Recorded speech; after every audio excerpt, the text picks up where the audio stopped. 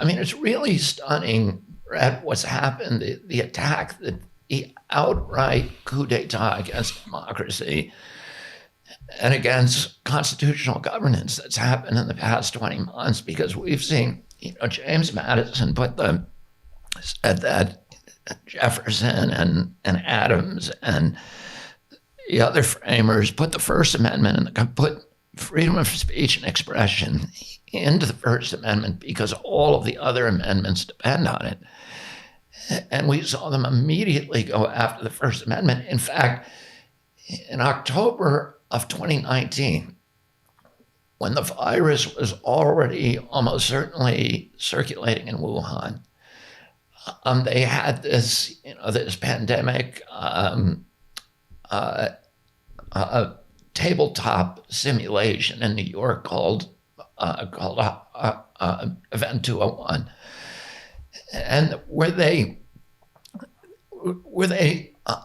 did a simulation of a global coronavirus pandemic. This is at a time when it was Bill Gates, it was Avril Haines, the former deputy director of the CIA, pharmaceutical people, Johnson & Johnson, people from the social media and from the mainstream media, and they're all sitting around a table simulating what's going to happen if a coronavirus pandemic hits. It's quite extraordinary, but the response that they're talking about has nothing to do with a medical response. It's all about using the pandemic for a very militarized response and a monetized response, to use the pandemic as an excuse to clamp down totalitarian controls. And they spend the entire 4 session, anybody can go and look at this, it's still on YouTube. And they spend, a 2-hour discussion talking about how to censor social media when people start saying that the coronavirus was laboratory generated.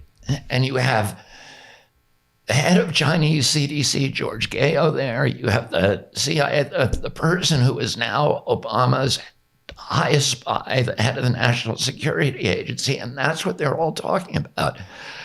Oh, and as soon as the pandemic came, that's the first thing they did, is they started censoring everybody. Well, once they did that, and what Madison said is the reason they put it in the First Amendment is because once you give license to a government to silence speech, the government has a license to commit any atrocity, including abolishing all the other amendments. So then they got rid of the other part of the First Amendment is freedom of religion.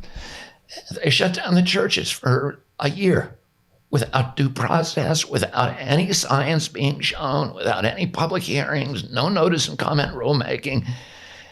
And they kept the liquor stores open as essential businesses.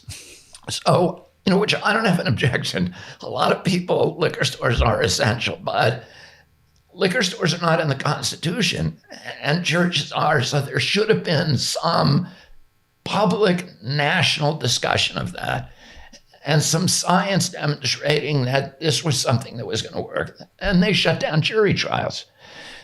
They said the Sixth and Seventh Amendment says, no American shall be denied the right of a trial before his peers in cases or controversies exceeding $25 in value. Well, they passed the PrEP Act and the CARES Act that said if a vaccine company or any other corporation that says it's involved in countermeasures injures or kills you, no matter how negligent they are, no matter how reckless, no matter how grievous your injury, you cannot sue them. They got rid of property rights. They closed 1 million businesses with no due process, no just compensation. They got rid of all of the prohibitions against warrantless searches and seizures, with all this track and tracing surveillance that they implemented. And they got rid of due process of law. Government is no longer by public hearing and, notice and comment rulemaking, and you show me the science and I'll cross-examine you and you cross-examine me. It's just one doctor who's saying, put on masks, lockdown without any scientific justification, no argument. And that is so frightening and so disconcerting to, I think, anybody who understands how democracy They got rid of every amendment except the Second Amendment, which is the guns. The rest of them are all gone. Right. So, all right. So they got rid of it all. One doctor. What are the chances that that doctor would also be one of two people who appears potentially to have been responsible for the pandemic in the first place? Yeah, I mean, that's the big question.